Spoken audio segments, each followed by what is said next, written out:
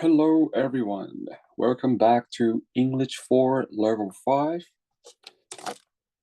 So today we're going to get back to where we left off, and I think it was about part 2 of the IELTS writing test, the argument essay writing.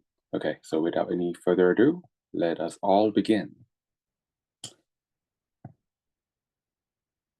Okay, start sharing my screen. So y'all should be able to see it on your end.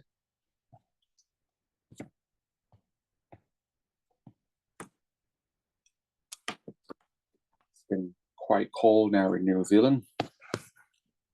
Let's see what's the temperatures. Right now it is about 15 degrees Celsius on the outside, but I'm indoor and I am blessed with my heater. It's good. It's the time of the year where people turn on their heaters to keep themselves warm during the day and especially at nighttime. All right. So back to our business. We're looking at IELTS bridge writing. Okay. Right. So I think the last time we talked about what argument essay looks like. Okay, we talk about the concept of argument and how we could apply that concept to write an essay. Okay. All right, so today, let us have a look at how to approach task 2. Okay.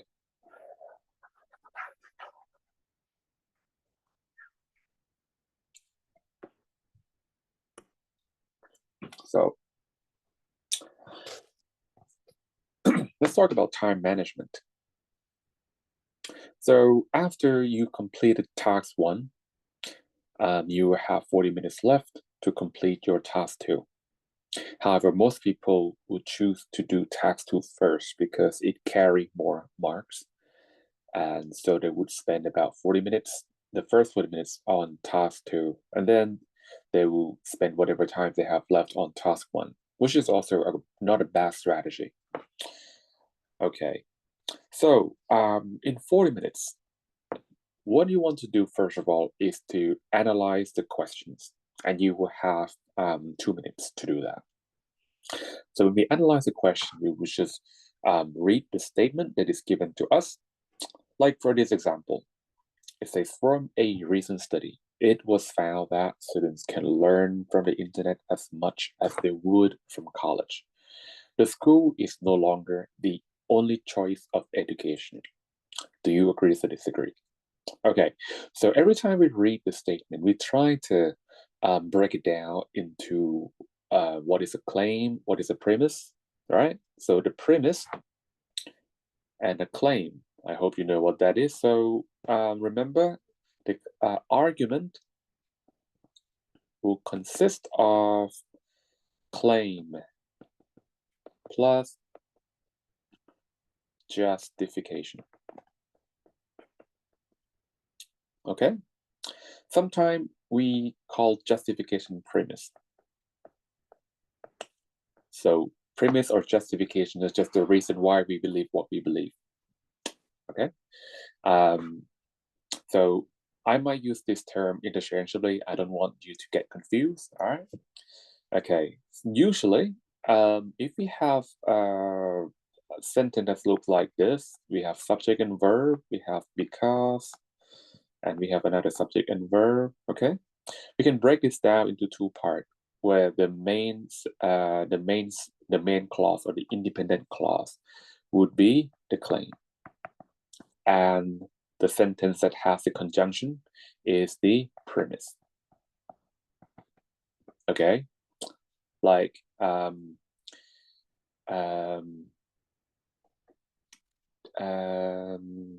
we work hard because we want to pass our test. So when we say we want to pass our test, that's give us the reason why we work hard. Okay, so wanting to pass the test would be the premise. Okay, leading to the idea of us, working hard, right? So we look for claim and premise in this statement.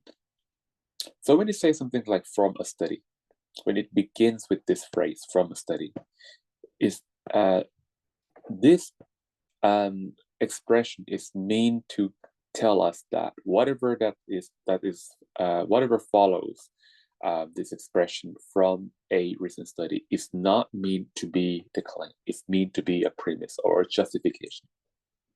Okay, so when they say it was found that students can learn from the internet as much as they would from college. Okay, so this sentence here, it was found that students can learn as much from the internet as they would from college. That is not somebody's opinion. That is a research finding, okay? Because it says from a recent study, so this must be research finding. So research finding is the same as premise, okay? You can also call that justification if you will. Okay. And then it says the school is no longer the only choice of education. What is that? That's the claim. In fact, if you try to convert this into the format subject verb, because, CAUSE, and subject verb, we can paraphrase this to the school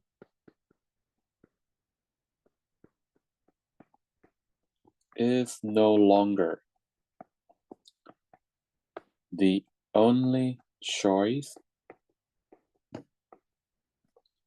of education because students can learn from the internet as much as they would from college.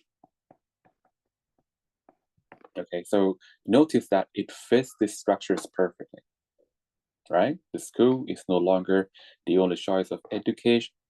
The school is no longer the only choice of education because students can learn from the internet as much as they would from college. It fits this perfectly. However, if you flipped it, if you do it the other way around and you go, students can learn as much from the internet as they would from college because the school is no longer the only choice of education. It would sound weird. It doesn't make sense.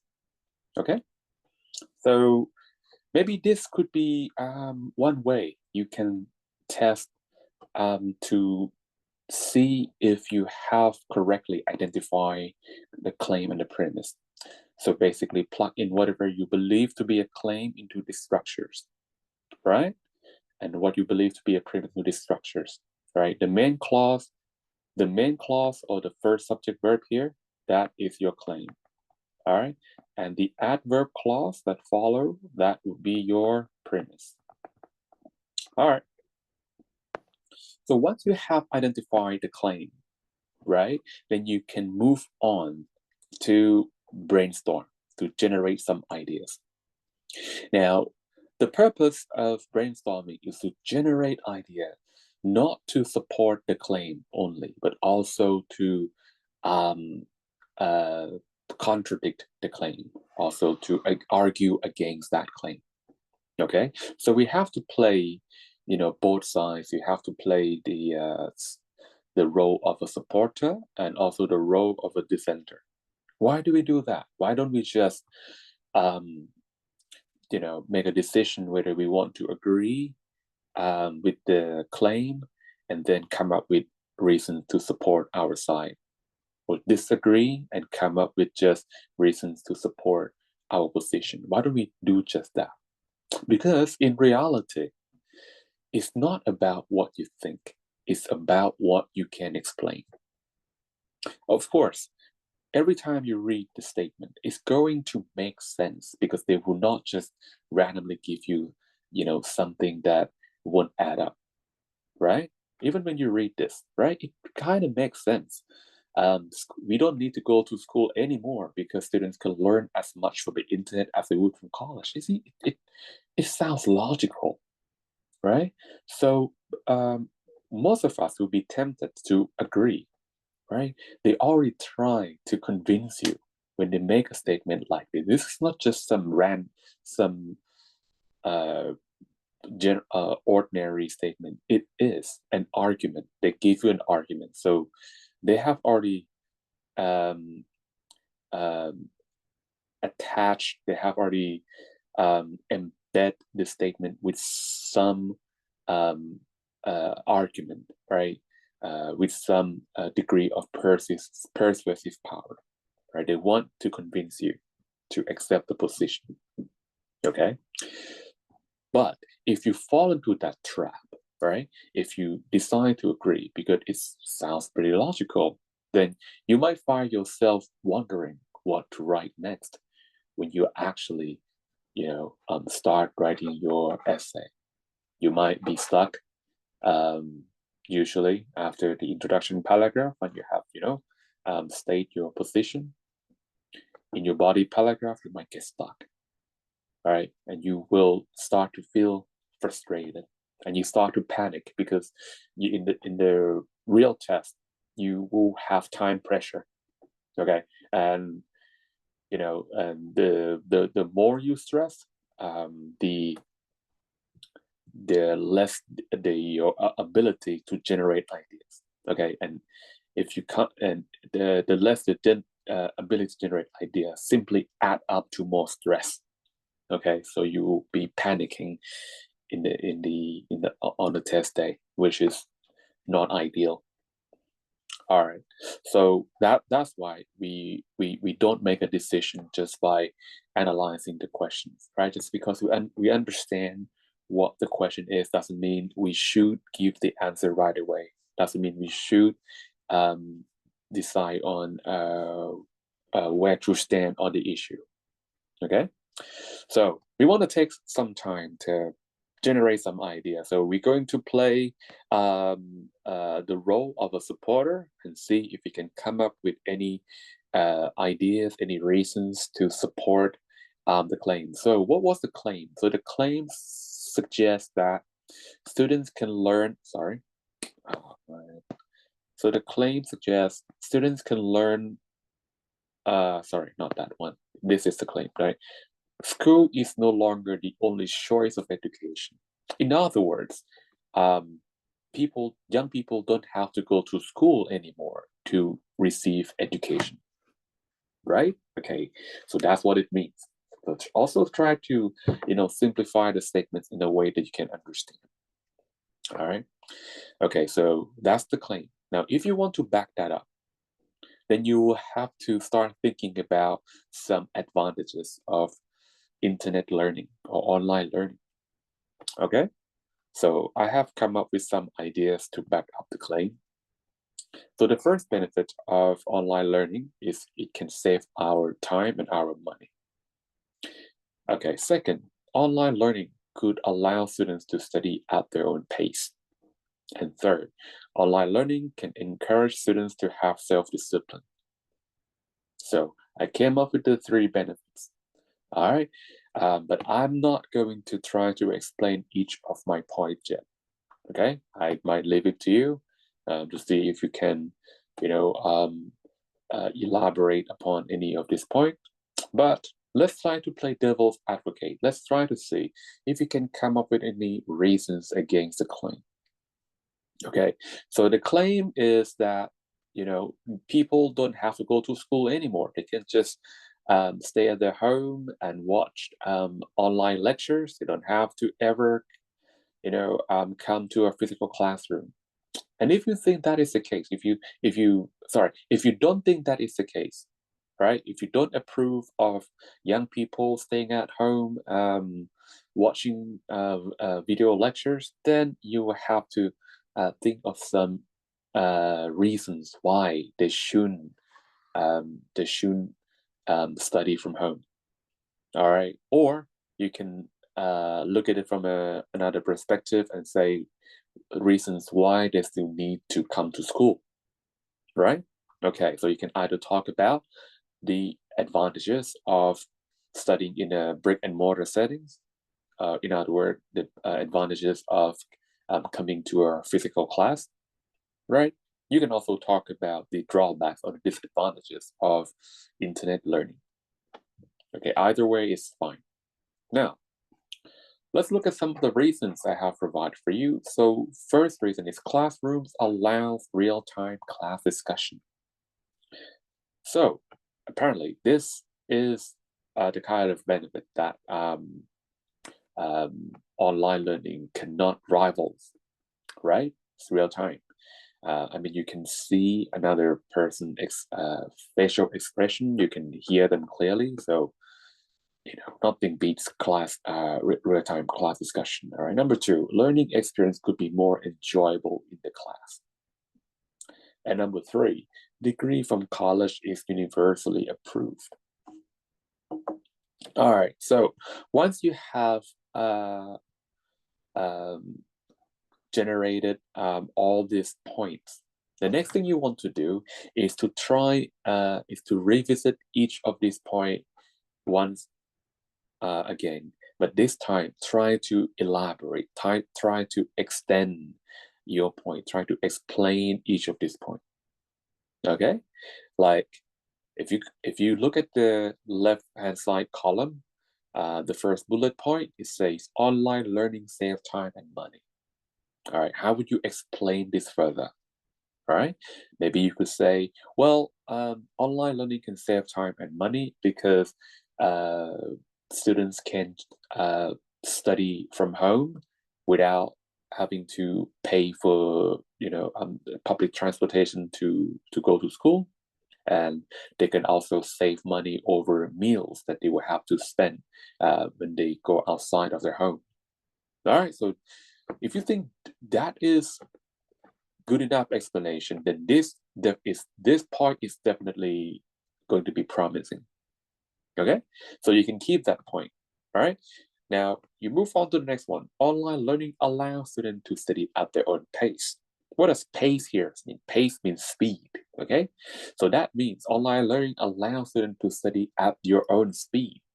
How would you explain that?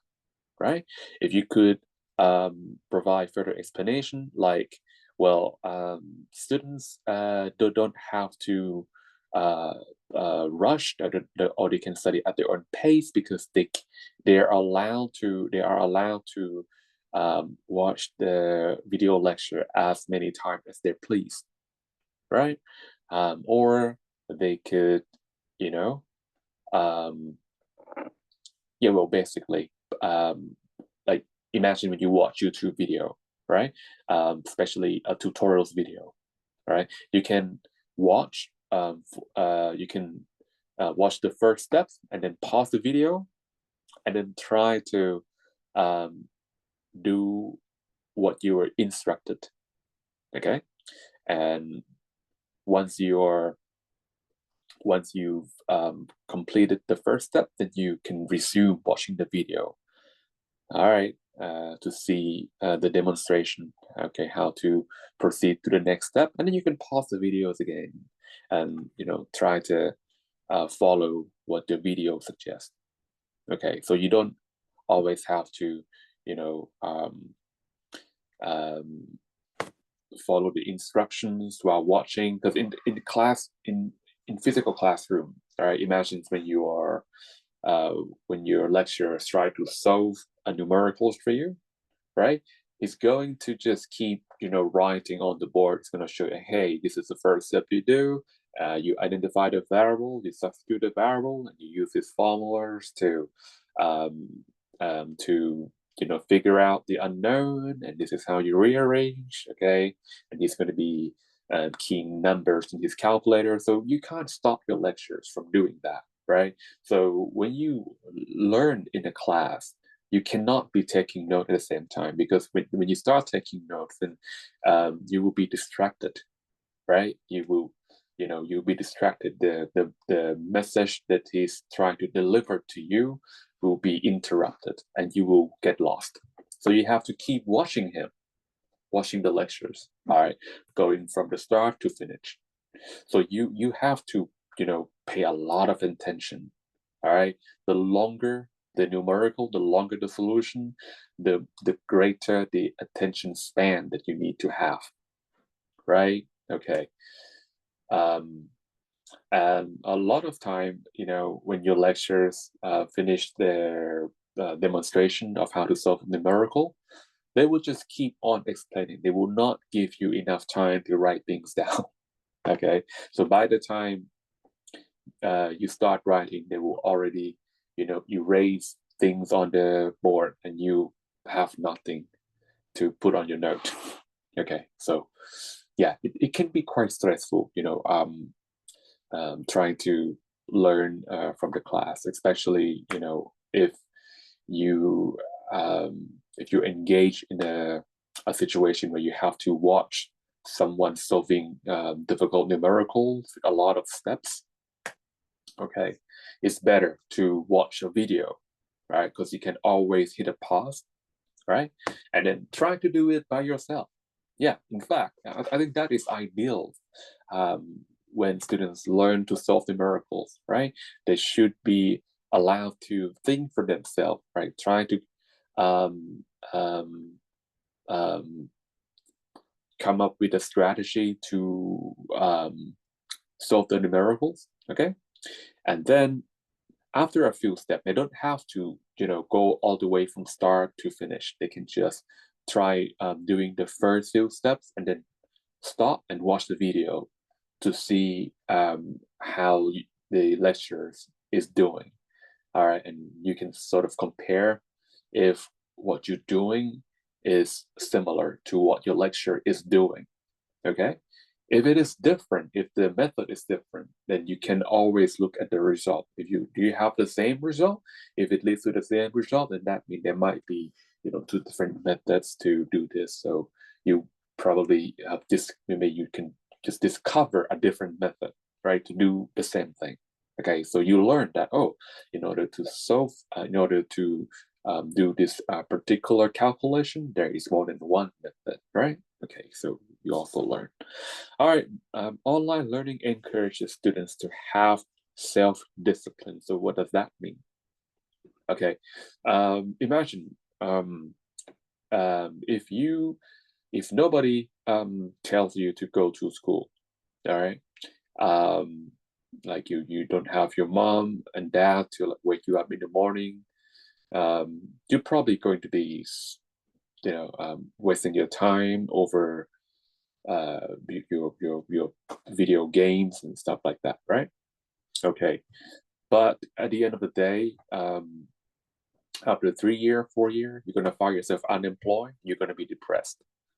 Okay, so when people engage in online learning, okay, it's it's tells you that, hey, there's not going to be anyone who force you to do your assignments. There's not going to be anyone to force you to study for your next lessons. No one will do that. You have to do it yourself, okay?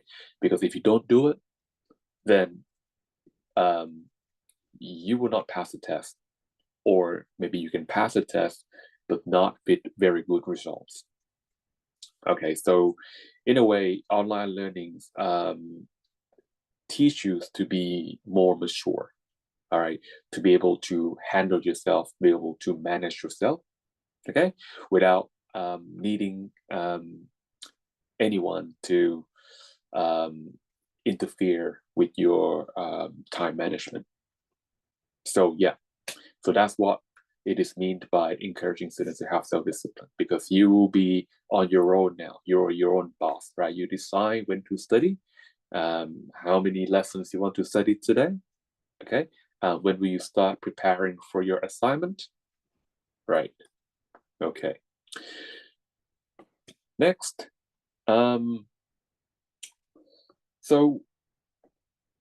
next is let's look at the against column. Classroom allows real-time class discussion. All right, so let's try to explain this. When you have real-time discussion, it's also it's quite beneficial for learners, right? Because you can clarify your doubts. All right. Every time we learn something, we're gonna have questions, right? Because not everyone, is prepared for the lesson that we are having right now. Okay. So when you have a knowledge gap, right? Says your lecturers are talking about trigonometry, right? But you don't have any knowledge about triangles. All right. So when you go to your first lesson, a lot of terminology that he used is going to confuse you. When you say side of theta is equal to opposite over hypotenuse, you're going to be like, well, what is hypotenuse? Or what is opposite, right? Because you didn't have the knowledge of the triangles, right angle triangle before, all right? So if you're in a class, you can always raise your hand, interrupt your lecturer, and ask, hey, sir, excuse me, what is hypotenuse? I don't know what that is. What's opposite? Can you explain? Can you draw some pictures? Okay. So that gives you an opportunity to clear your doubts. All right. Because learners, when they have a lot of doubts and they have a lot of questions in their mind, right? Everyone has a limit. When it reaches a limit, it's going to stop you from paying attention, because you're going to feel like, hey, this is not for me.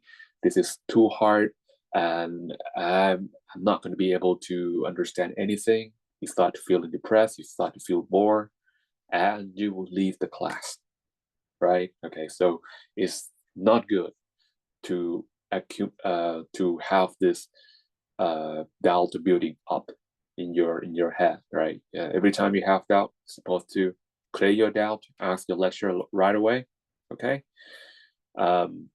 Number two, learning experience could be more enjoyable in the class. So what is that? Imagine if you study by yourself, right? Okay. You don't interact with anyone. Okay. So it's sort of you are by yourself. You are not listening to anyone's opinions. Okay. A lot of time in a physical class, right?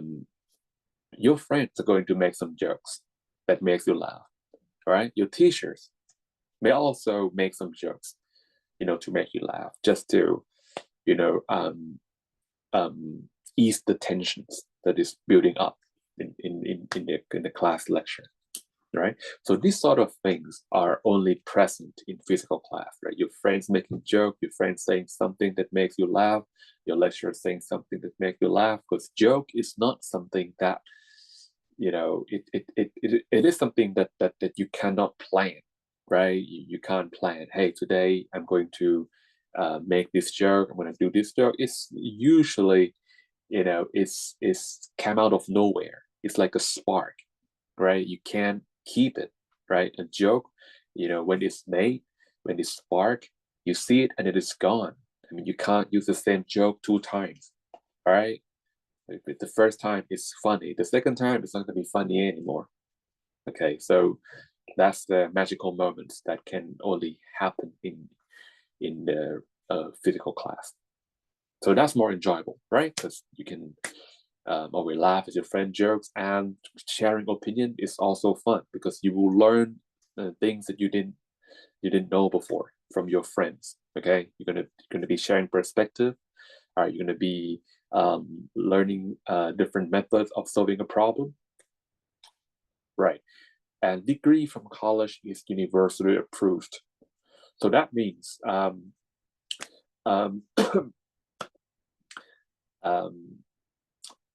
well, a lot of respectable or prestigious universities, right? The ones that have been uh, very well established. They don't really offer online degree. They prefer that students comes to the class lectures.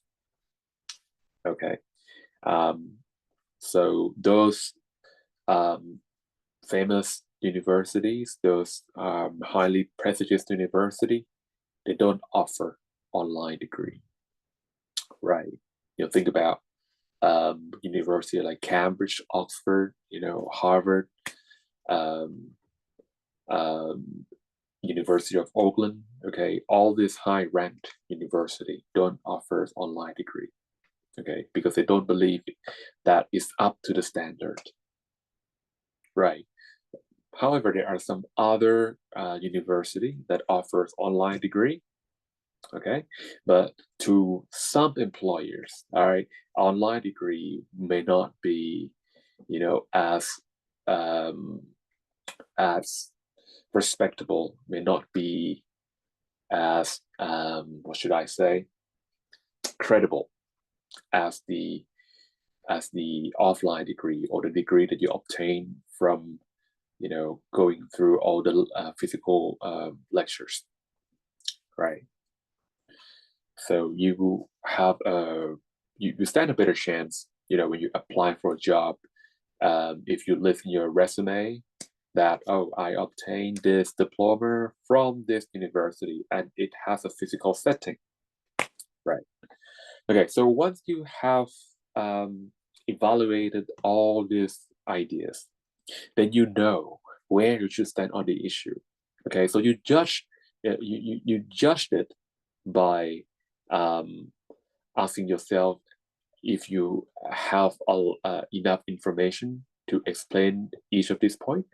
Okay, example, if you can explain all the ideas in the left columns very well, okay, and you explain all the ideas in the right columns very well. No, so we at equilibrium right now. You can't make decision, okay? But then you have to try to translate your explanation into English, right? Okay, because information alone won't help, right? You need to have vocabulary as well. Now, if you think you cannot translate your explanation to English for ideas on the left column, then you just say goodbye to the left column. You can't translate it, right? Don't even try. Okay, okay, and then you look at ideas on the on the right column. Can you translate all those explanation to English? If you can, then go for it, right? If you can, then your answer for that question is going to be no. I don't think students should just study from home, right? I think it's best for students to go to school. All right. Okay. So once again, it's not what you believe, it's what you can write. All right. That's how you take a position. Right. But argument essay is not going to be the only type of essay that you will see on the exam date. Okay, there are also other format like problem and solution. Let's have a look at this type of questions. So it says many cities have become less pleasant places to live in recent years. What do you think are the causes of this, and what solutions can you suggest? So it gives you of dire situations, right? It says many cities have become less pleasant places. It doesn't state clearly in what way are those places unpleasant. To say the place are unpleasant. So it's quite broad, right? It doesn't even specify which cities they want to know. It just they generalize everything, said many cities, so they don't expect you to just talk about one city, right? So you can, give examples of any cities around the world, okay? So since you will not be focusing on any one particular city, right? You wouldn't, so that means you won't be focusing on only one particular problem. Okay, so maybe you can, think about cities in your that like New York, for example, New Delhi, okay, Bangkok, all those major cities, because the bigger the cities, the greater the problems, right? Okay, if you look at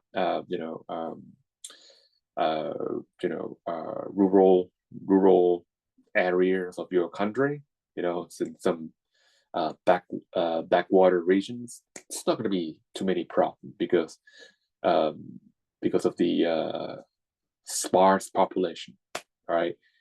Problems occur, in the city with dense population.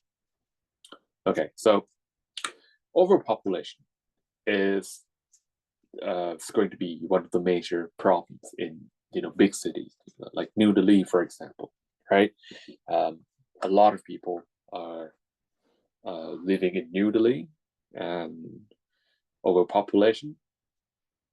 When you have so many people moving into one city to live and to work, you're going to have competition for all kinds of resources. You're going to have competition for accommodations, right? People need to live, a fireplace to live. So the house prices are going to skyrocket, right? What else? Food, right? Okay, people need to eat every day. So there's going to be competition for food. So the prices are going to be expensive, of course, for food, right? Utility, right? Electricity and water, right? Those are the fundamental, what you call it, the fundamental elements that we need to have to sustain our modern life.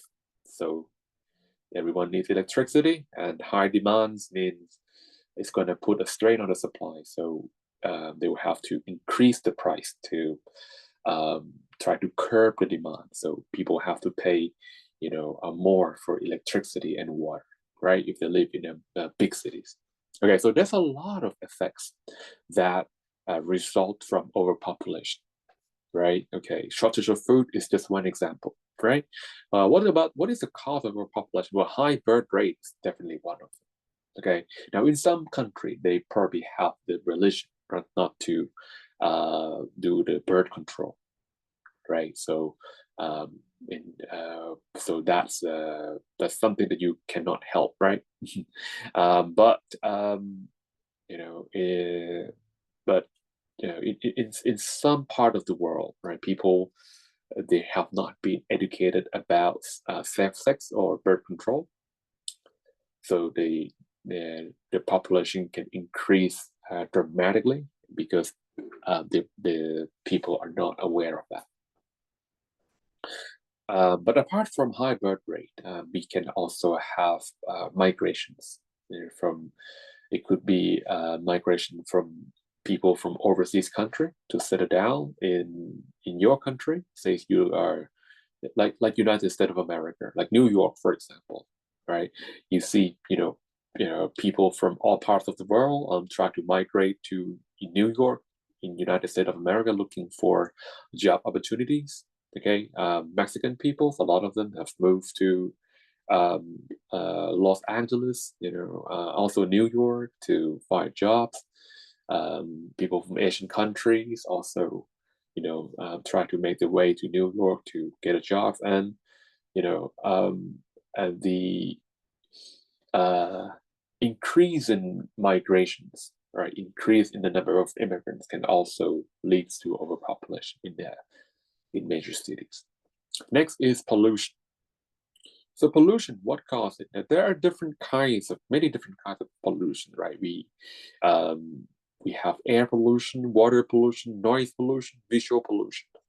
So basically, it's anything that disrupt our sense Okay. Air pollution, it is something that we cannot really tell, right? But it is bad for it. It's going to take time for the effect to be felt, right? Because if you live in a highly polluted area, for the first few days, you're probably not going to notice anything. But if you live there for like a month, then you start to feel the effect, right? You probably your body's probably start developing some respiratory issues. Okay, so pollutions could, in major cities could come from the exhaust fume, from motorists, right? Because a lot of people will be driving their own cars, and if the cars rely on the internal combustion engine, it's going to produce a lot of carbon emissions, all right, which will pollute the air. Okay, so the um, air quality in major cities where there's a lot of cars not going to be very good, right? You can look at Bangkok, for example, right? The air quality is quite bad, right? Major cities like New Delhi, all right, they have probably one of their highest PM 2.5 levels, all right? Peking is also very so at high risk of air pollution. All right, but apart from exhaust fume, from motor vehicles, factories can also be responsible for discharge of poisonous chemicals.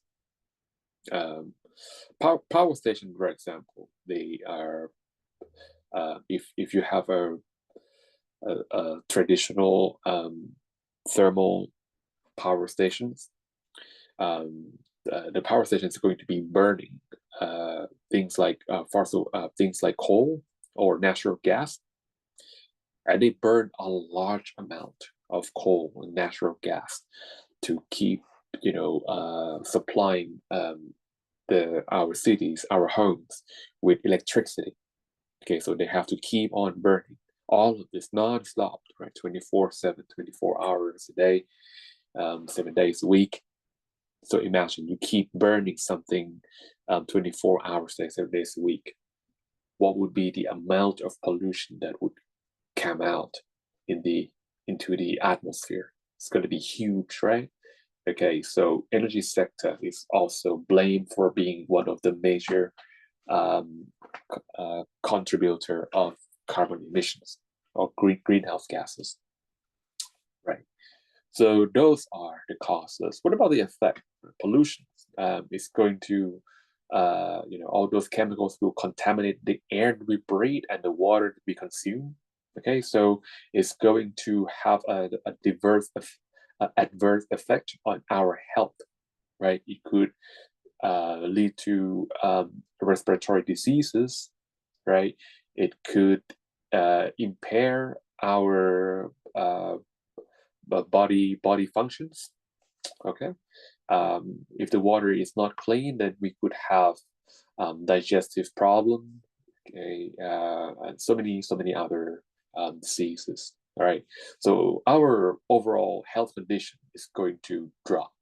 All right, people are going to become sick, and when people are sick, they can't go to work, they can't go to study, so the countries will become less productive. The GDP is going to drop.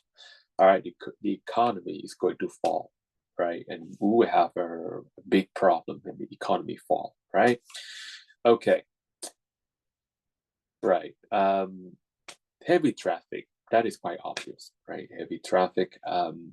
The cause of heavy traffic. Well, one of the reasons why we have heavy traffic is probably because we have the towns might be attracting a lot of work migrants. Right? People comes looking for jobs, okay, and also social perception is probably one of them. You know, yeah. In some society, it is believed that driving a car is a way to show your social status, right? So if you want people to think that you belong to a higher social status. You need to be driving a car, something like that. So everyone buys car, but the people can't buy road, right? We can't increase the road capacity. The road capacity is going to stay at the same, going to remain the same, whilst the number of cars just keep increasing on a daily, if not monthly basis. Okay, what would be the effect of heavy traffic? Well, it's it can cause air pollution, yes. Okay, because the longer the times that we remain in the traffic, the longer our engines will run, and each time our engine is running, it's going to be producing exhaust fume. All right, and that is bad for the environment. All right, that will contaminate the air, of course, right? So heavy traffic could also be linked with pollution. But apart from that, it can also cause stress, right? Imagine when we wake up early in the morning, we have to go to work, all right, and we get stuck in the traffic, right? So our mood gets sour. We are not very happy, right? We get angry. We don't want to be late for our work. We are so tired of getting reprimanded by our boss, right? So stress is definitely a negative side effect of heavy traffic. All right, next problem, civil war. Okay, causes of civil war. Well, usually it comes from unresolved political issue, right? Political issue.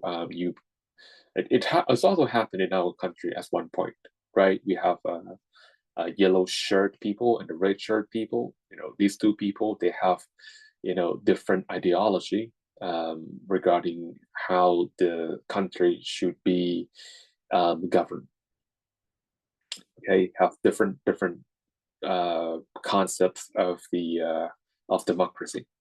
Okay, so so people with different political ideologies, they can come into a clash, right? And if they cannot resolve the dispute in a peaceful manner, it could escalate, right? It could escalate into violence, okay, and which could involve the use of firearms or any kinds of weapons. People start killing each other because of the different ideology. Yeah, right. So that's a civil war, right? So it's a war within a country, right, between two group of people with different political ideology. What is the effect of civil war? Well, if it lasts a long time, it can lead to wariness.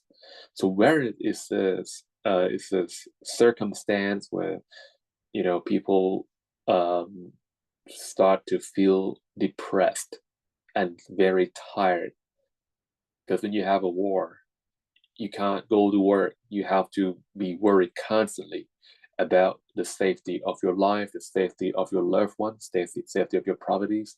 Okay, so you stress, you feeling depressed, and the country will have zero production. So that's what wearing is all about. All right, crime, last problem. Right, so crimes um, stems from what? Poverty, right? So in the countries where people are living below poverty lines, people have their needs, right? And to meet their needs, they need money, but they can't, engage in any high-paying job because they don't have education in the first place, right? No one's gonna hire them, but they need money, right? And uh, access to social media will also promote is also promoting the idea of materialism. So people want to, you know, um, buy expensive outfit, buy expensive watches, expensive car. They want to look posh, but they don't have the means to afford all those. What they're going to do is going to have to take a shortcut, and the shortcut is to commit some crime, selling drugs, participating in human trafficking, all right, or um, being a hitman, working for a mafia. That's a shortcut for you to become rich. Okay, so crime usually is quite prevalent in poor countries, right? Because people have no means to meet their demand, so they have to take a shortcut. So, what about effect? All right, the effect. Well, people are going to feel insecure, right? If you live in a war-torn country or you live in a city with high crime rates, you're not going to feel safe for your life, right? Okay, and it will also hurt tourism, right? If a country has a lot of attraction, right, and it has like a potential to be a tourist country, but high crime rates can really discourage tourists from visiting that country or that city, because tourists, they fear for their life as well, right? They don't want to come to your country and get killed or get robbed. All right, so that's how you come up with ideas to answer the question. So the question asks you for the cost, but you have to also look at what the question is asked you as problems. Okay, because the question did not give you specific problems, so that causes means there are some problems in those cities. Now, to explain any problems, you need to talk about the effects and the cost. All right, just as you see in the example. Okay, right. But don't forget about solutions. You also need to provide solution for each and every problem that you came up with. All right, so solution is provided on the right-hand side. Feel free to, choose different solution if you think there's a better solution, like overpopulation. Well, how do you solve the problem? Well, let's talk about solutions. Yeah, there's two ways to look at it. You can either ideally, you want to stop the problem at the cost, right? You want to know the cost and then address the cost of the problem, because that will stop it once and for all, right? Okay, but if you cannot address the cost, right? Maybe you don't have the knowledge, or you don't have the ability, or it's not under your control, then you will have to try to alleviate the effect, right? Try to reduce the effect. It's kind of like when you have this, imagine during summertime, right? You turn on air conditioners, and after 5 minutes, start dripping water. Well, you don't know why your indoor unit start dripping water. So what are you gonna do? So most people would just get a bucket, right? And they would use the bucket to keep that water, the dripping, right? They would put the bucket under the evaporator or the indoor unit.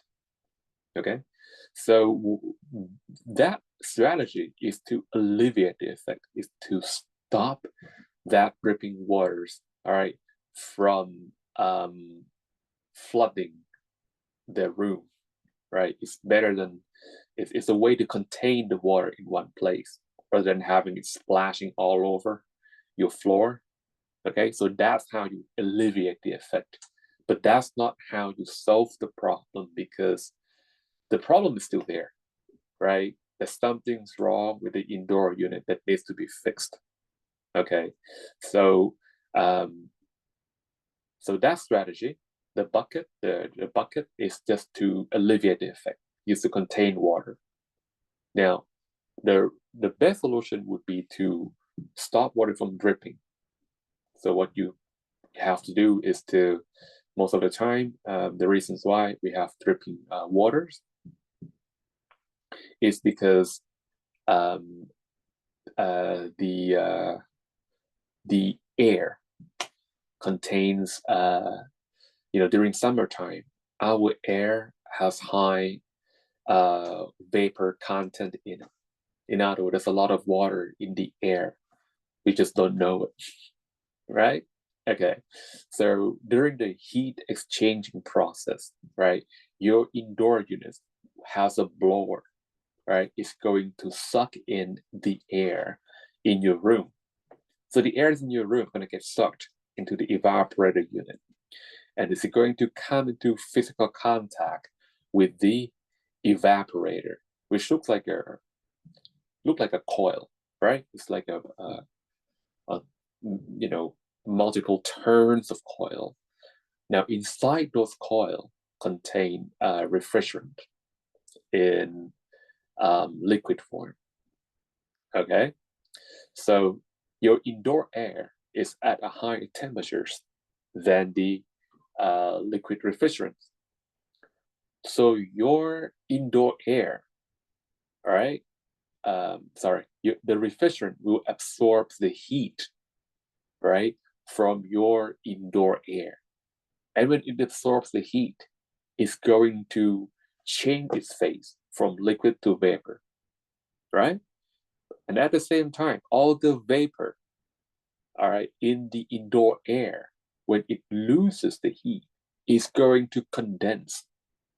All right, it's going to turn into water droplet. And your water droplets will be, clinging on to the evaporator coil. All right. And as it starts building up, it's going to fall into the what you call the drain, right? The drain.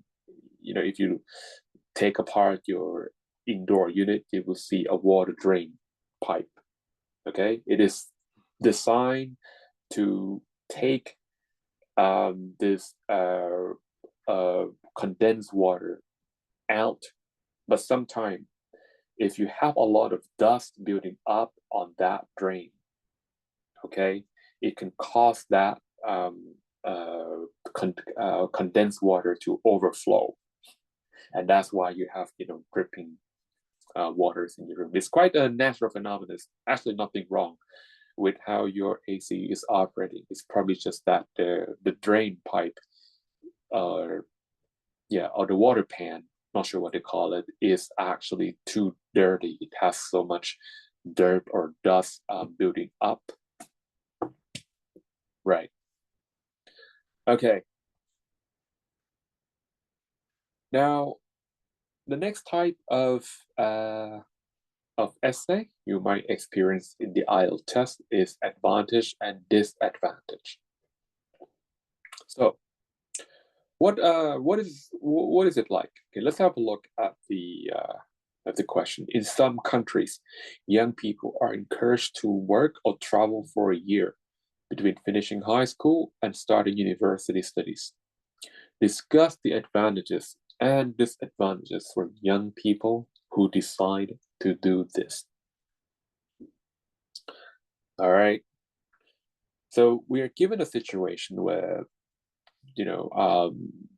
students who have recently completed their primary high school, they have a gap year. So they are free. They have nothing to do for a year. So what are they supposed to do? Now, someone say, hey, this is a good time for them to, learn the sense of responsibility by going abroad and, find some part-time work. Okay, so your job is to think about the advantages and disadvantages for people who decide to do this. So one advantage of, living the comfort of your home, and head out to live in another country to get a job is probably to go and gain work experience. Okay. Yeah. Next is to appreciate the value of money. Right. So if imagine, young people are living in their home country, they will be supported by their parents, right? So they are used to what you call a limited supply of money, right? They always get money. They don't know how hard it is to make money because, and they take that for granted because there's unlimited supply, right? You know, your mother or your father might give you 1,000 baht to go to school every day. Okay, so you don't think about how hard it is to make money. But when you learn, when you learn to make your own money, then you know it's not easy to make money, and you will think twice before you spend it. All right. Next is to improve the language. Of course, if you decided to go abroad to find work, you are going to learn foreign languages, right? If you go to countries in Europe, you might learn more than just English, and that's going to be it's going to be advantages for you because if you are capable of speaking multiple languages, it's going to open up um, business opportunities, right? Okay, disadvantages. So, what is example of a disadvantage for people who decided to, um, go abroad, get some work experience? Well, they might fall behind. What does that mean? Well, um, I think it's also depends on which faculty you plan to go to, right? If you're going to um, like hardcore science faculty or faculty that requires a lot of you know um, um, like engineering, for example, right? Engineering considered to be one of the toughest faculty because it requires that you understand a lot of concepts, right? How things work. So you got to be good at physics. For example, in physics is not for faint at heart. It's not easy. There's a lot of things that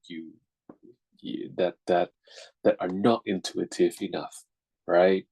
Okay, so students some students would prepare themselves, would take that time, that 1 year, right, to prepare themselves um, to go to college.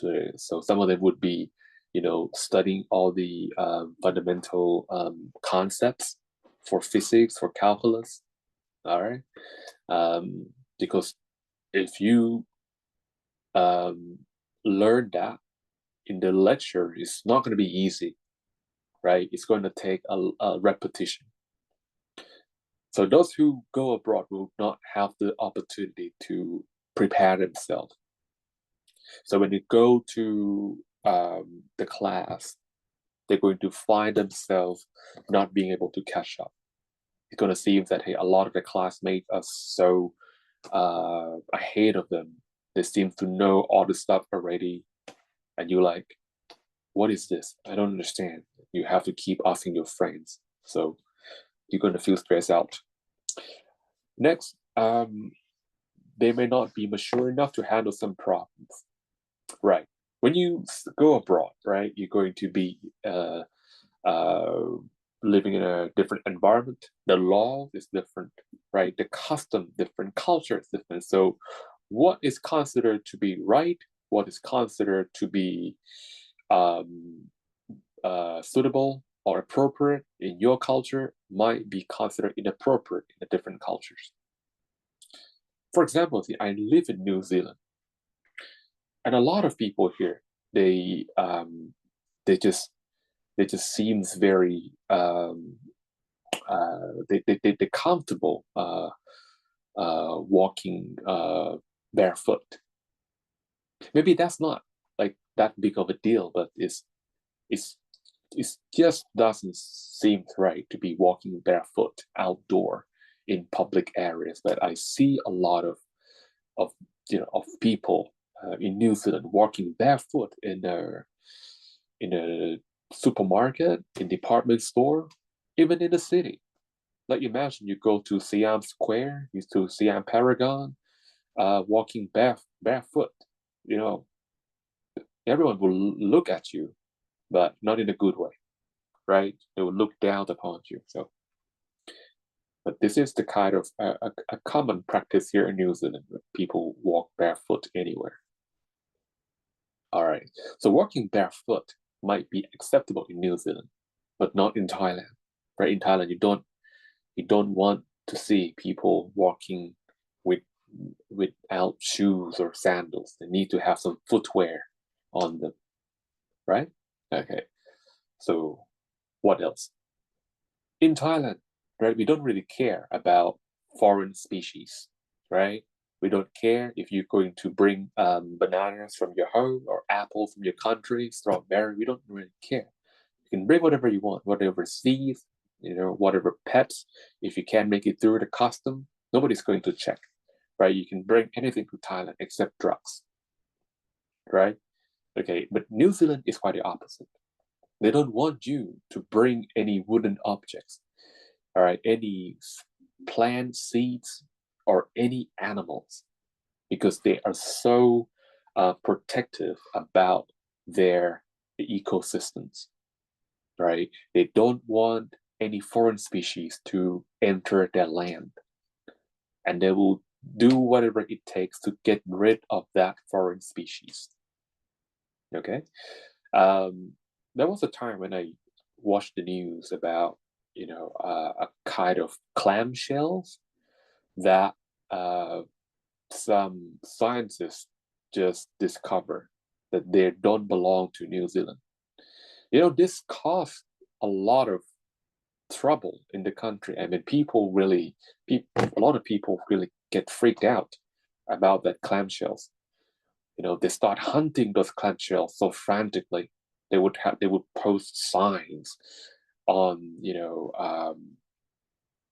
on lakes, in some parks, for people to keep an eye on these clams. And if you see them, just take them and kill them, eat them, or whatever. All right. Okay. There also a time when the authority actually set up a mouse trap around the city. Yeah, yeah. Governments actually spent millions of dollars on mousetrap. I mean, the authority in Thailand would be laughing. They're like, "There's no way we're going to spend money on trapping mouses, right?"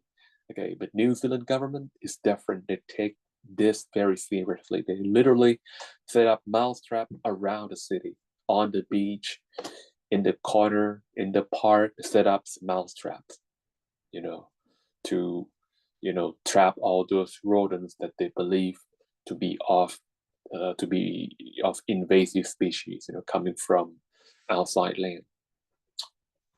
Right. Okay. I'm sorry, I probably went too far. Last disadvantage of going abroad to find a job would be that it could cost your parents a lot of money. And you might wonder, how is it going to cost our parents a lot of money? Well, um, when you go abroad to work, you actually need to first get your visa, right? And the visa is going to cost money. And when you arrive in that country, all right, the you, the place that you stay and your food expense would be high, and you don't have a job yet, so your parents still need to pay for your accommodation and pay for your food. And when you start working, you're going to be earning minimum wage, because you're not going to be doing any specialized jobs, right? You probably engage in a unskilled labor, working in a fast food chain or whatnot, right? So you'll be earning minimum wage, and it's not going to be enough to pay for your to sustain your cost of living. So you still need your financial support from your parents.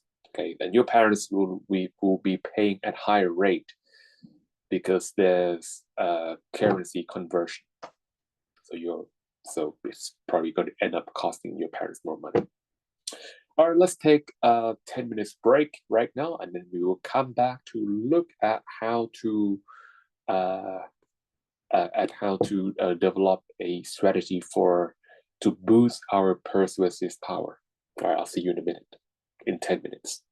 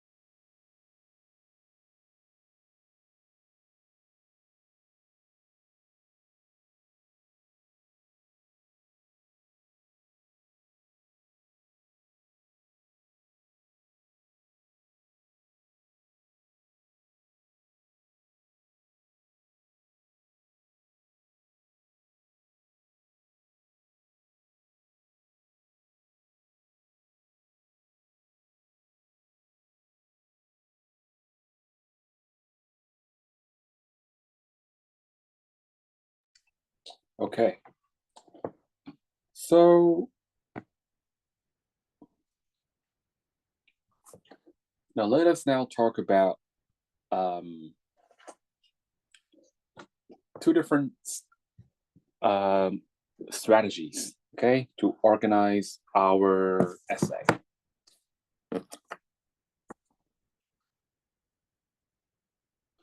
Okay, so one way to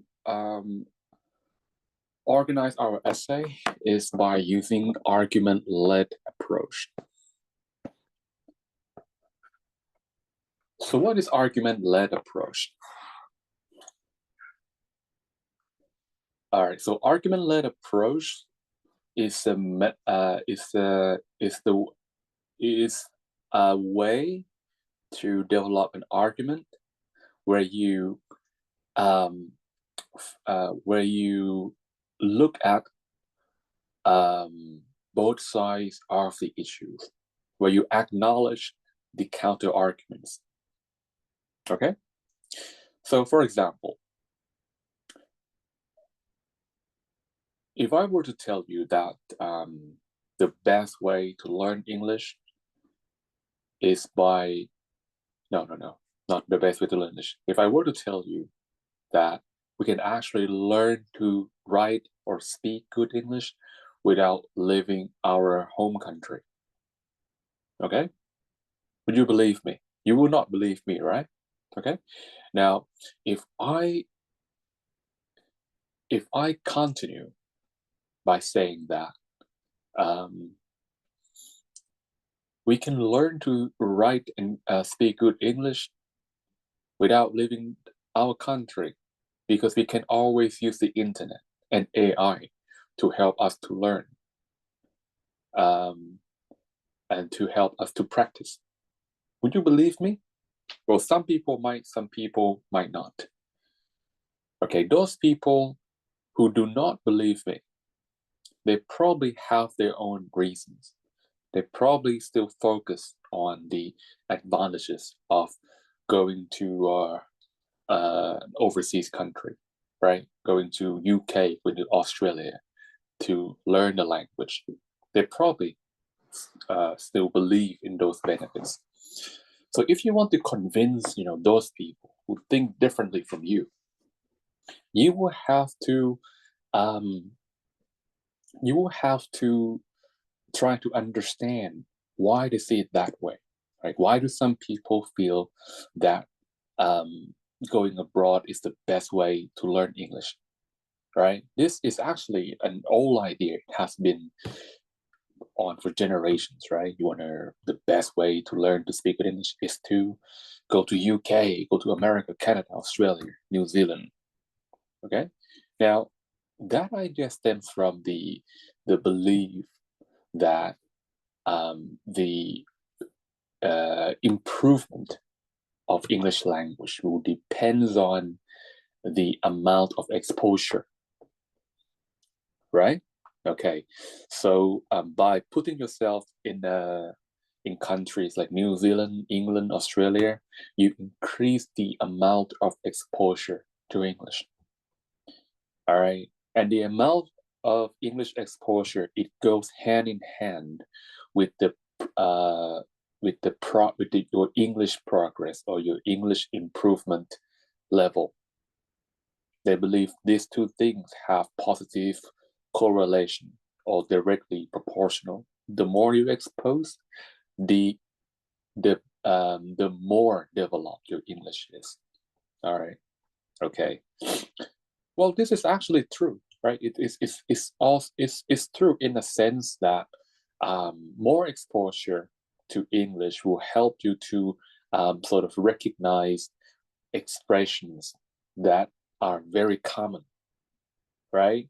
So it might allow you to, use words that are more natural than most people who don't have an opportunity to be in their, you know, uh, English spoken country.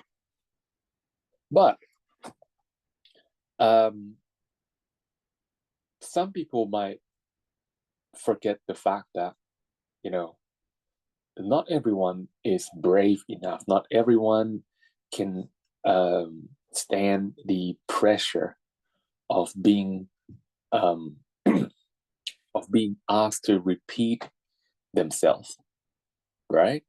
Okay, imagine when you go to when you travel abroad for the first time, you talk to somebody in English, right? You already feel confident, right, speaking English, and it gets worse when the person asks you to repeat yourself, right? It gets worse. If they ask you to repeat yourself one and they understand, it's like okay, but if they keep asking you to repeat yourself multiple times, then that means they don't understand you. So your confidence, I mean, sorry, your confidence is severely hurted right now. You don't ever want to open up your mouth. You don't want to talk to anyone again because you feel so insecure with your language, right? That's is actually happening to a lot of people who move out of Thailand to be in another country. Like some ladies who found a boyfriend from European countries, and they, decide to, might move together to settle down a life in the European countries. Many Thai women have that, experience where they feel frustrated about their language. And what happened is they don't, they don't want to talk to anyone. They would, avoid going out, avoid socializing, and it can be quite depressing. Now, some people who don't really want to be depressed would just, look for, a club where people of the same kind, of their kind, like Thai people, right, would meet up. Okay, so they will look for uh, a social group that they can fit in, and it's likely going to be, you know, the same kind of group for expats from who come from Thailand. Okay, so they're going to be talking to their friends in their mother tongue, in their native language. Okay, they're going to be find Thai friends, right? And their English will not improve. Okay, so some people might overlook this point, right? Another thing is um, when you learn English by exposing yourself to the language, you're not being active. So you're not putting any effort to, to try to understand how the language works. You would not have any curiosity, right? You would not stop to think, hey, why do people put infinitive instead of ing? When do I need to use infinitive? When do I need to use ing? You would not have these moments, right? Your curiosity, it will be at the very low level. It will be zero. You would not be curious, right? Because you see people talking English left and right. You don't care about grammars. You don't ask questions why things happen the way they do. Okay, so you are not going to you might know expression to use in a particular situation, but you will not have any knowledge of grammar. You won't understand how words are formed. Okay, and you will not be able to really write very well because you don't know how to paraphrase. Because paraphrasing requires understanding of grammars, right? Yeah, like you can say um, the popularity increase. That sounds okay, but you will not be able to use different forms. Like you wouldn't be thinking of using increasingly popular, for example, because you don't know that how to convert a verb into an adverb. You don't know how to convert a noun to an adjective. But people with with grammar knowledge, they can do this, right? Because if they know that we can use increase with popularity, their collocation, right? We can change the form of one word to one thing, and we can change the form of the other word, all right?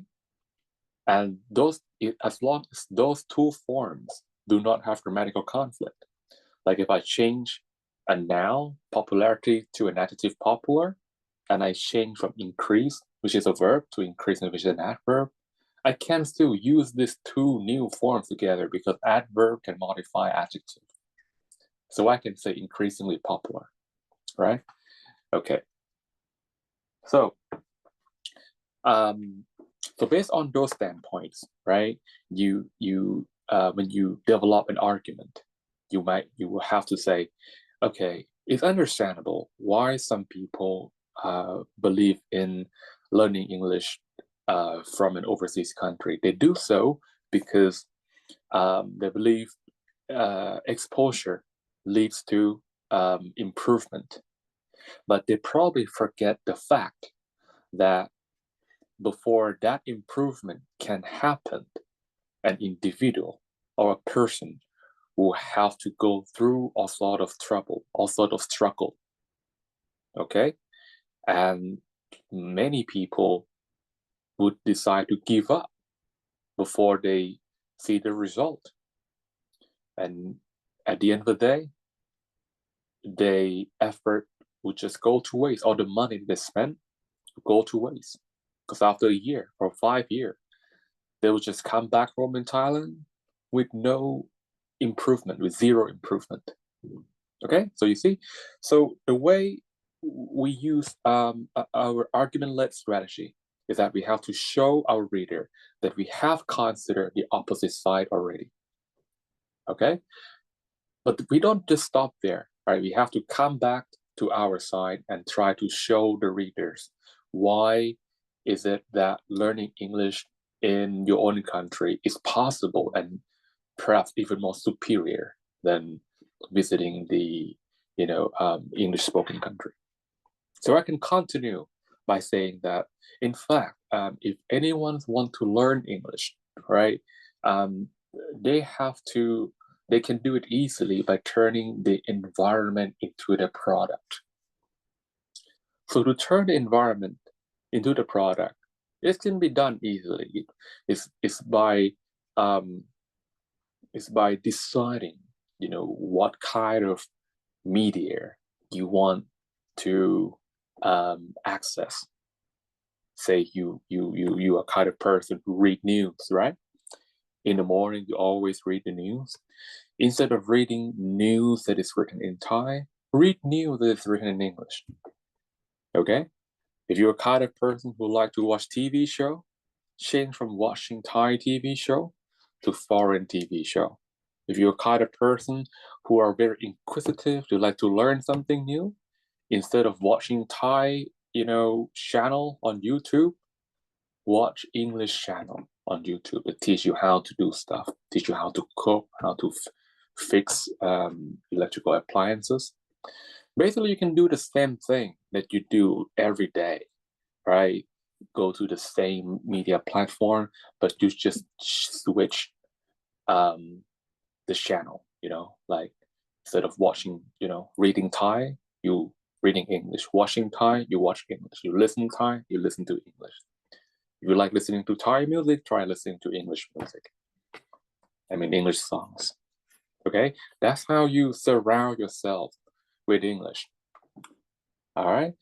That is one way to increase your exposure to English without having to leave the comfort of your home. Okay? Right. So you can also do that. But what about real people? Well, back in the day, this might be a major obstacle, right? A big challenge for people who want to learn to speak foreign language in their home country because you can't make friends, right? Okay, but today you can there's multiple platforms where you could use to find friends, foreign friends. Tinder, for example. You don't need to always use Tinder just to find your partner, life partner, right? You can also use a similar platform or Tinder to find friends who share common interests with you. All right. And if you don't like speaking face to face, you can remain online friends forever. Some people do that. Okay, then their English improved. That's one way to do it. And today, a lot of people are now blessed with AI. AI are so smart, right? They can converse with us. They can talk with us so much like human, even sometimes better than human being. Right? They're so smart.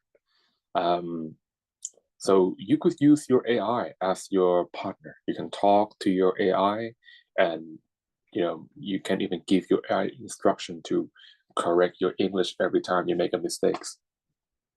Yep. All right. So that's how argument-led approach work. Okay. Now, what about this is led? This is led is when you only focus on the sides that you support. Now that's uh, an old style of writing an essay. If you agree, you will only focus on the positive aspects that you can use to support your claim. If you disagree, then you will only use reasons to support your reasons why you don't like particular idea. Okay. While this is let's seem very simple, all right, it may lack persuasive power because people who use this led approach will be viewed as being a little bit biased, right? Okay, being a little bit biased. It's kind of like, um, you know, uh, why do you like offline shopping? Well, I like offline shopping because offline shopping is better than online shopping because I can always test the products before I buy, and it's it also prevent me from being deceived, or it also prevent me from fraud, like getting an order that doesn't look anything like what is advertised, something like that. Okay, so if this is how you only focus on your sides of the argument. Okay, um, but if you want to be viewed as being less biased, you have to also consider, what other people would think. It's okay for you to to prefer offline shopping. It's okay for you to believe that offline shopping is the best method to buy stuff, but you also have to think about why some people buy online. Okay, and you have to sort of prove that what they believe is not necessarily true. You know, that's kind of thing. Okay, so in terms of the criteria, right? Remember, your essays will be rated based upon the four conditions: task achievement, current cohesion, lexical range and accuracy, and grammatical range and accuracy. Now, which strategy would be in favor of which condition? Now, let's have a look at task achievement or task response. So task response is all about your ability to contribute to the questions, right? The more you write, the better the score. Okay, so based on task response, argument-led approach will definitely be in favor, because when you use argument-led, you explore every aspect of the issue. You don't really focus on the sides that you like, but you also share some thoughts about those who think differently from you.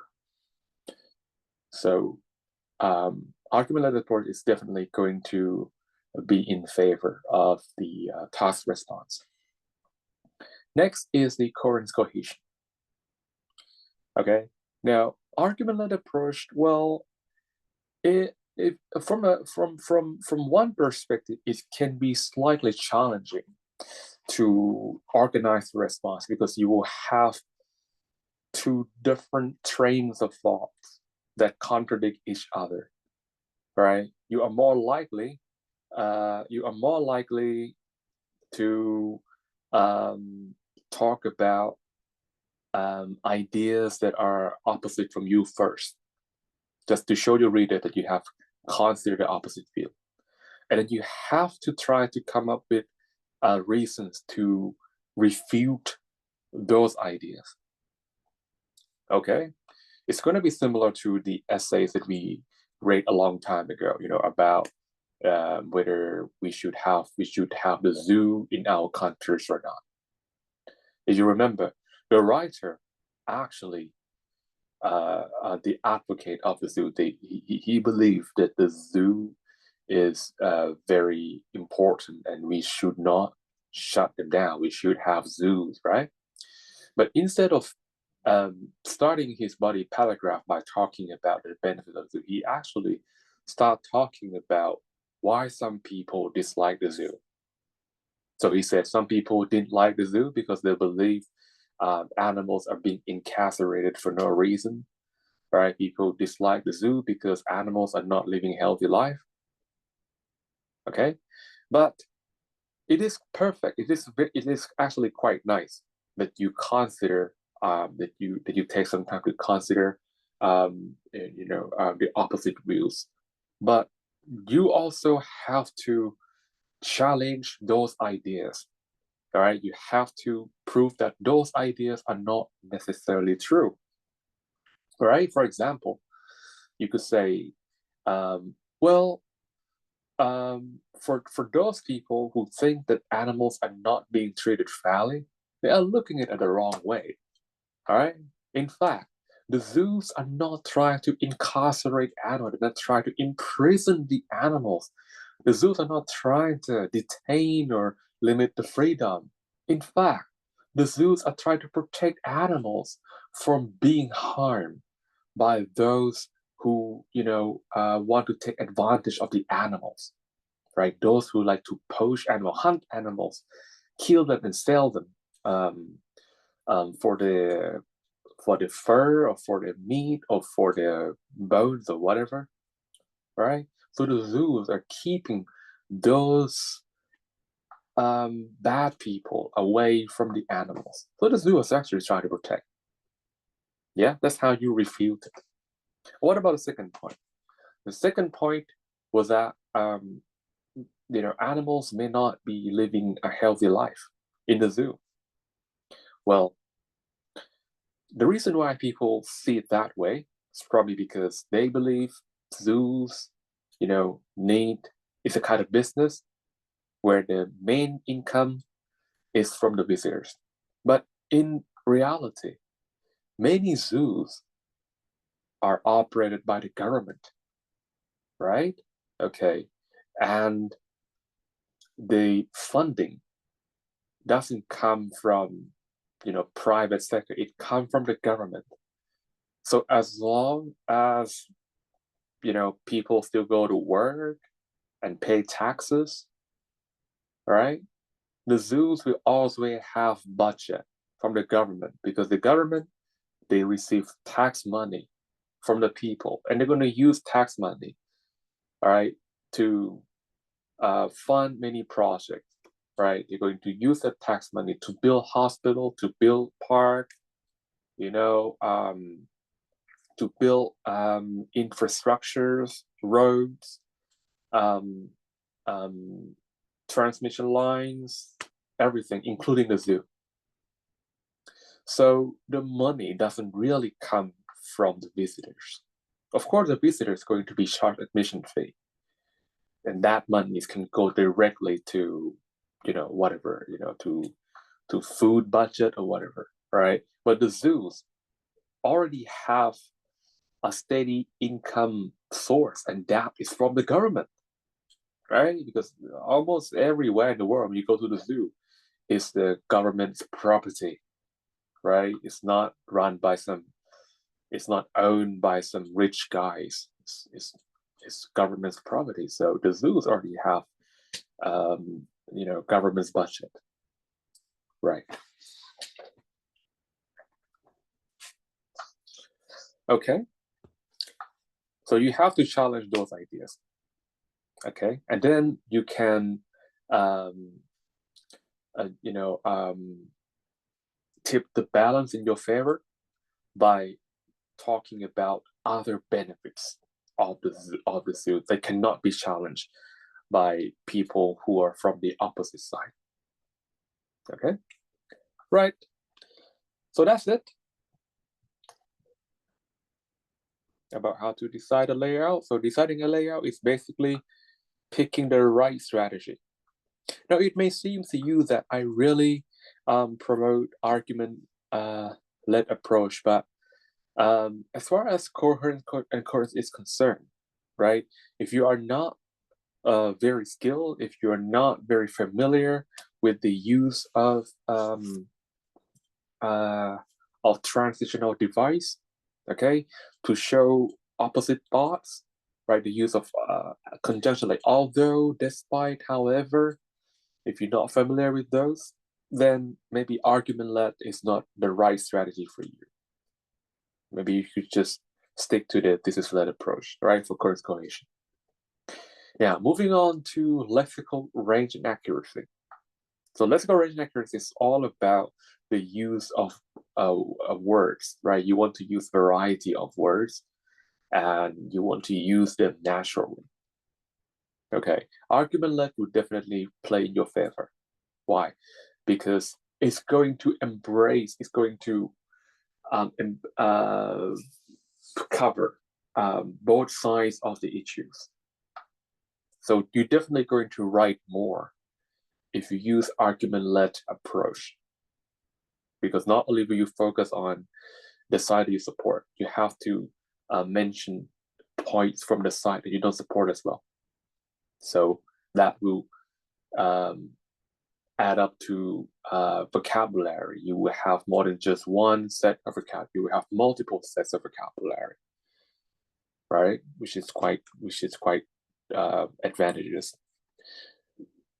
Okay, but then again, if you don't think you have enough lexical resources, if you feel that if you're not confident with your lexical resources, you don't know a lot of words, you don't have a lot of knowledge, then in that case, argument-led approach might be too risky for you.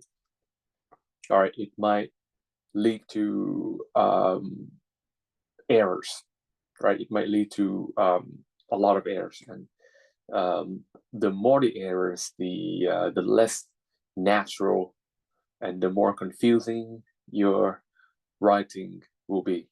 Okay, so and you don't want that. So if you don't know a lot of words, if you believe your lexical resources are quite limited, then stick to this is-led approach. Right. Next, in terms of grammatical range and accuracy, of course, argument-led approach will allow you to show off your grammar skills because you'll be using complex structures, you know, to convey complex thoughts, sophisticated thoughts. All right. Yep. So argument-led will enables you to use a range of grammatical structures. Okay, and if you use them correctly, you get marked for that. But at the same time, it might also expose your lack of understanding.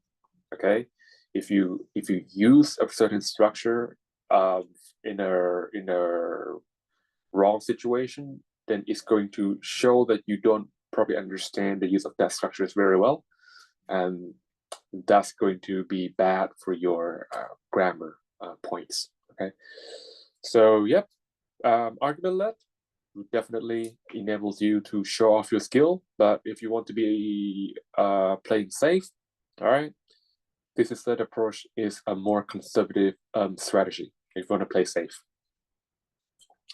All right.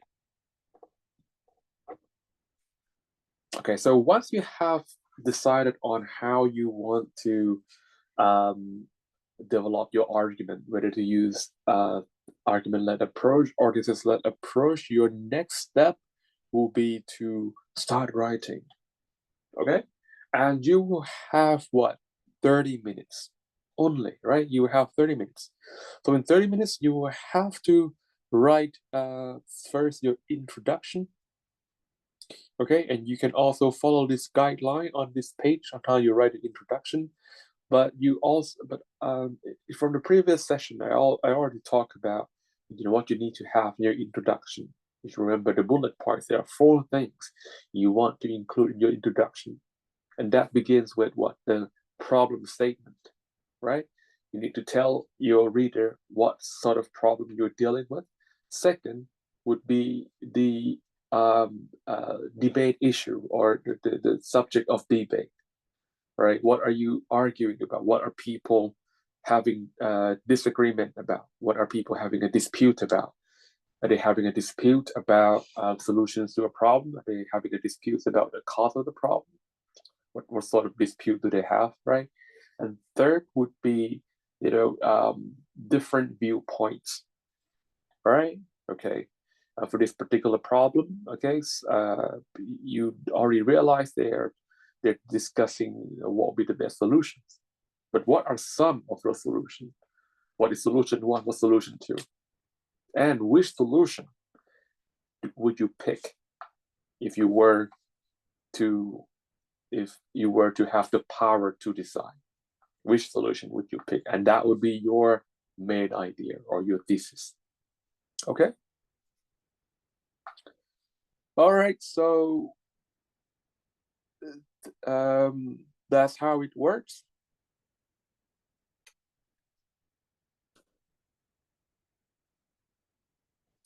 Final stage is reviewing. Okay, so the final stage is reviewing. So reviewing is all about going through your essay one last time, of course, if you have time to do it, to look for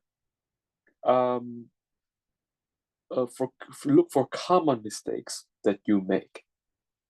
So everyone will be making different kinds of mistake, right? Depending on your bad habits. Okay. Now, from my experience, I've came across many students who use verb be for no reason. Like every time they use I as a subject in the sentence, it will be followed by am, right? For absolutely no reason. Like if you have I, you must have am. Like I am teach now, I am work at Finn College. Yeah, they just have this habit of using am with I because they think those words must occur together. But no, that's never the case. That's not right. Okay, you don't always use am with I. Right. So if you are such a person who have this bad habit of putting verb be right after the subject I, then you have to look for the line where you use I as a subject and make sure that you don't use verb be for no good reasons. All right.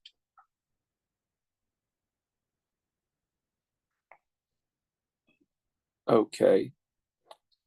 Let us now talk about how to write a topic sentence. So what is topic sentence, first of all?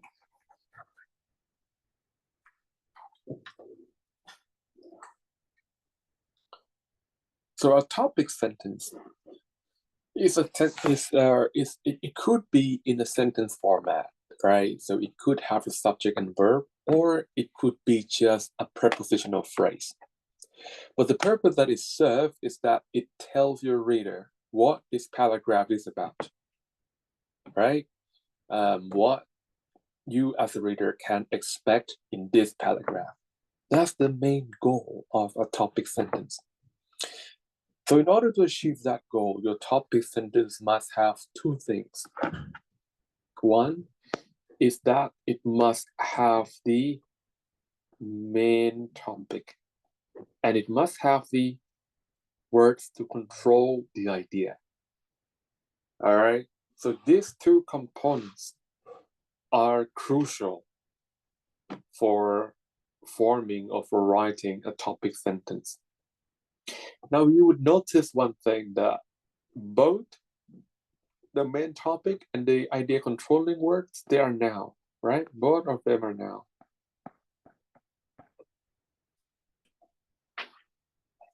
So the question is, how are you going to combine these two words together so that they sound good? There are many different ways to do it. If you want to combine these two now to form a sentence, you would need a verb. So you can say something, for example, online learning has a number of advantages, right? Online learning has a number of advantages. This is already a topic sentence, right? It's already a good topic sentence. It does its job perfectly, but that it sounds sophisticated enough? No, not really. Is there a better way to write a topic sentence? Of course. Yeah, but the use of a transitive verb would be the most basic method to form a topic sentence. Online learning has a number of advantages. That would be the most basic way, the most simple way to write a topic sentence.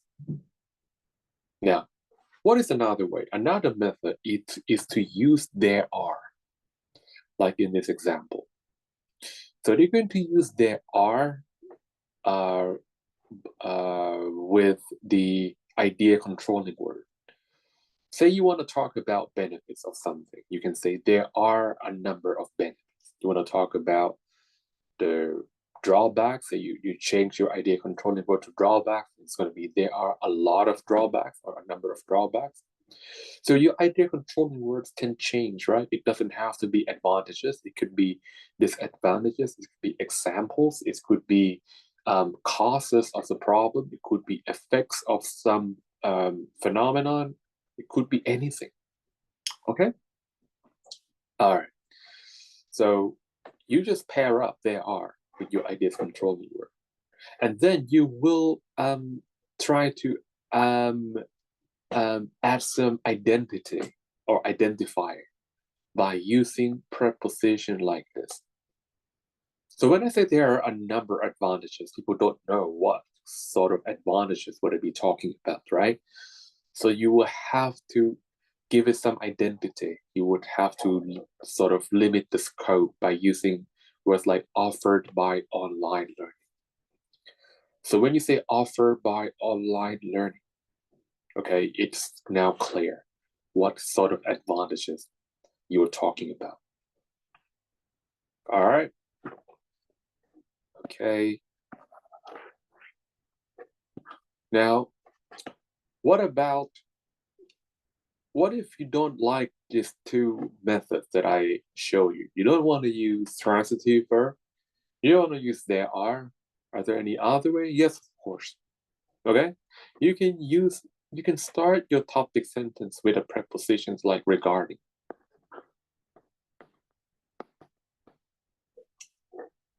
Okay.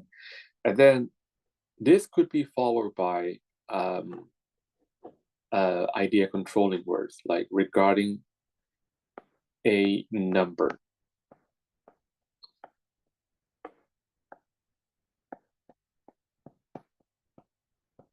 Of advantages, regarding a number of advantages.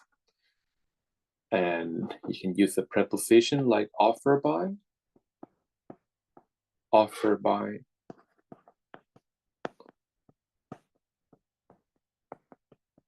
online learning. You can also do that, okay? But if you use this method, you will not end your topic expression with a full stop because it's not yet a sentence. You would end it with a comma, like so, right? Regarding a number of events offered by online learning. That's one way to do it. If you don't like the word regarding, there's many other words you can choose. Like you can use considering, you can use in terms of, you can use as for. There's many. Or you can even use Google to look for synonyms. But one of my favorite method to write a topic sentence is to use this expression, one of the, right? I like to use this a lot. Why? Because think about it.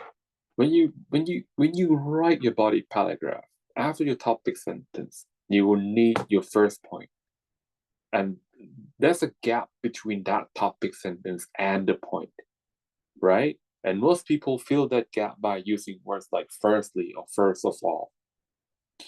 And that could be clumsy and awkward. So you don't want to have that gap. You want it to be seamless. So one method to do this is to use the expression one of the followed by your idea controlling word. In this case, going to be advantages. So you write one of the advantages. Right, one of the advantages of, followed by what? Online learning. One of the advantages of online learning. And then you will use this linking device, is. All right, you will use this linking verb, is, to connect to your first point. So let's say I take some ideas from the previous page, right, where we talk about advantage of online learning, and one of them is online learning saves time and money. I can say one of the advantages of online learning is that I can put a relative pronoun here because I'm about to put a sentence after the linking verb be, and I have to turn that into a noun clause. One of the advantages of online learning is that it saves time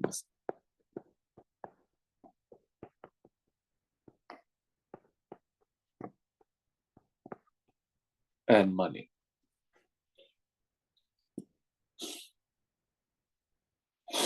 All right, voila, that's how you do it. So you see, there's no gap between the topic sentence and the point. It's all connected into, in one sentence, which is pretty cool, in my opinion. All right, let's take another break, okay? And we will come back to look at how we can explain a point. All right, I'll see you in 10 minutes.